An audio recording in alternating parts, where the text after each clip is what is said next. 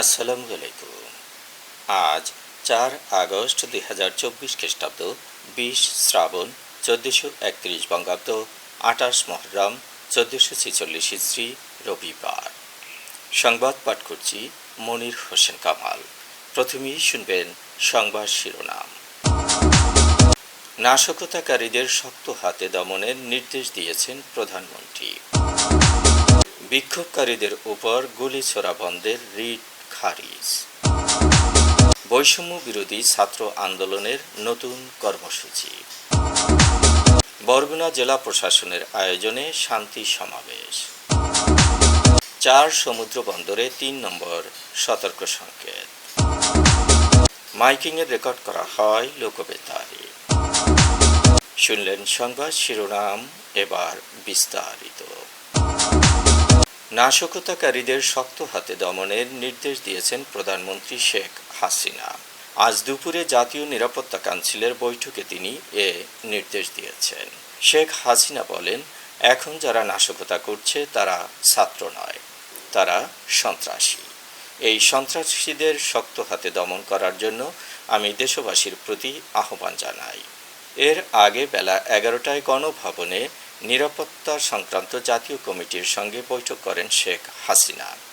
নিরাপত্তা সংক্রান্ত জাতীয় কমিটির আহ্বায়ক প্রধানমন্ত্রী।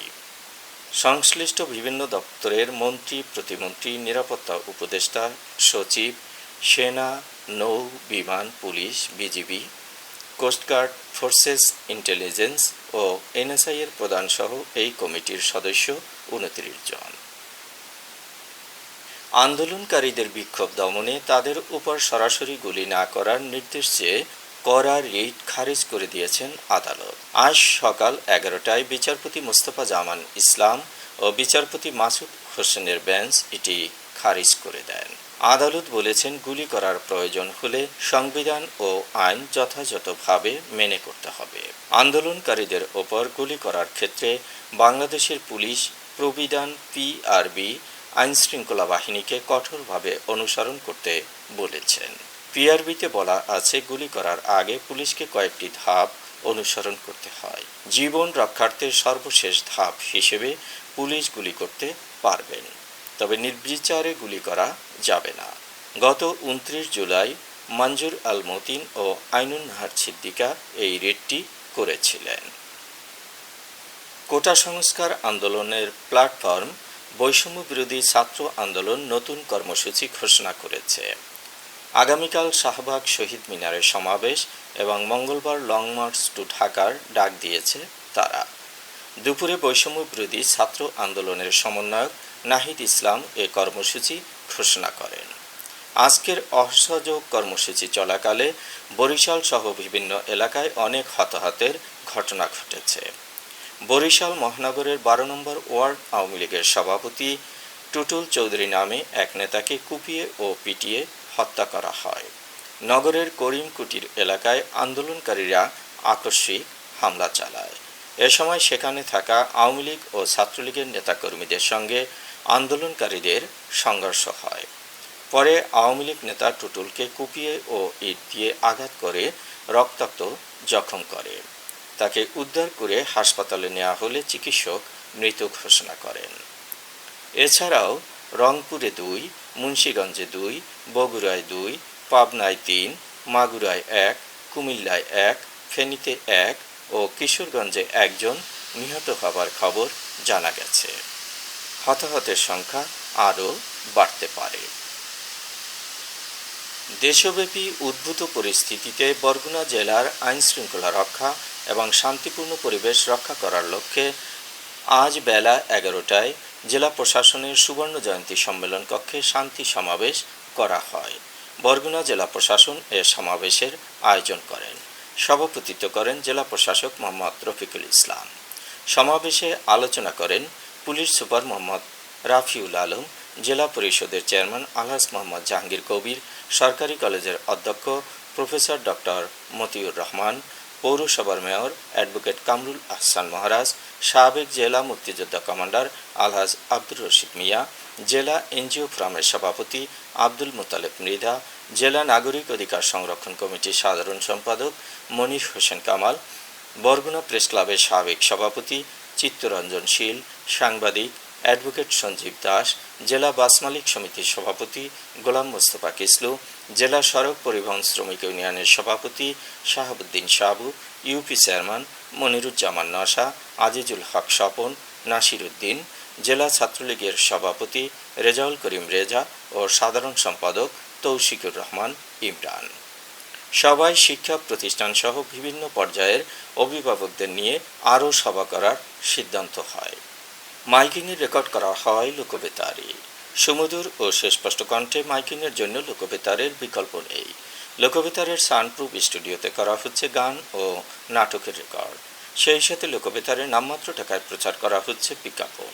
15 সেকেন্ডের বিজ্ঞাপন প্রচারিত হচ্ছে মাত্র 500 টাকায়, 30 সেকেন্ডের বিজ্ঞাপন 1000 টাকা, 45 সেকেন্ডের বিজ্ঞাপন 1500 টাকা আর 1 মিনিটের বিজ্ঞাপন প্রচার করা হয় মাত্র 2000 টাকায়। নির্ধারিত টাকার বিনিময়ে প্রতিদিন কমপক্ষে 5 বার করে পুরো 1 মাস বিজ্ঞাপন প্রচার করা হবে। মাইকিং ও বিজ্ঞাপনের জন্য যোগাযোগ করবেন 0-17755664445 নম্বরে। এবারই শুনবেন আবহাওয়ার খবর।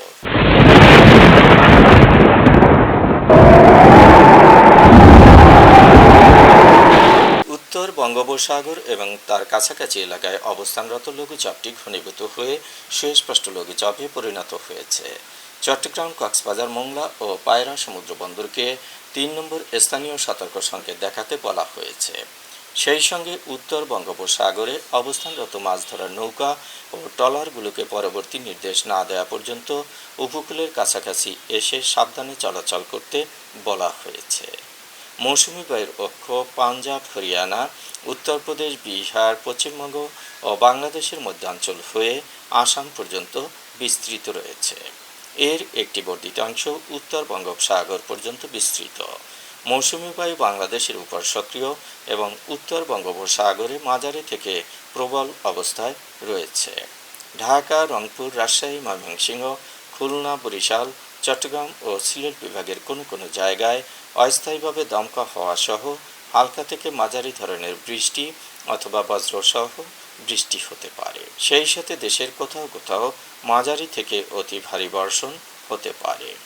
আজ দেশের সর্বোচ্চ তাপমাত্রা ছিল সিলেটে 33.3 ডিগ্রি সেলসিয়াস এবং সর্বনিম্ন তাপমাত্রা ছিল বান্দরবানে 24 ডিগ্রি সেলসিয়াস। বরগুনার সর্বোচ্চ তাপমাত্রা 31.4 ডিগ্রি সেলসিয়াস, সর্বনিম্ন 25.5 ডিগ্রি সেলসিয়াস। আগামীকাল সূর্যোদয় হবে ভোর 5:30। সংবাদ শেষ করার আগে শিরোনামগুলো আবার পড়ছি। নাশকতাকারীদের শক্ত হাতে দমনের নির্দেশ দিয়েছেন প্রধানমন্ত্রী। বিক্ষোভকারীদের উপর গুলি ছোড়া বন্ধের রিট খারিজ। বৈষম্য বিরোধী ছাত্র আন্দোলনের নতুন কর্মসূচি। বরগুনা জেলা প্রশাসনের আয়োজনে শান্তি সমাবেশ। 4 সমুদ্র বন্দরে 3 নম্বর সতর্ক সংকেত। মাইকিংয়ের রেকর্ড করা হয় লোকবেতারে। সংবাদ শেষ করার আগে জানিয়ে দিচ্ছি লোকবেতারে সংবাদ জানানোর মোবাইল নম্বর।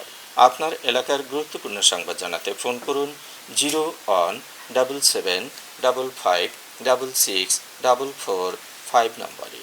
আর লোকবেতারের সাথে যুক্ত হয়ে গান শুনতে চাইলে SMS করুন 01782973478 নম্বরে।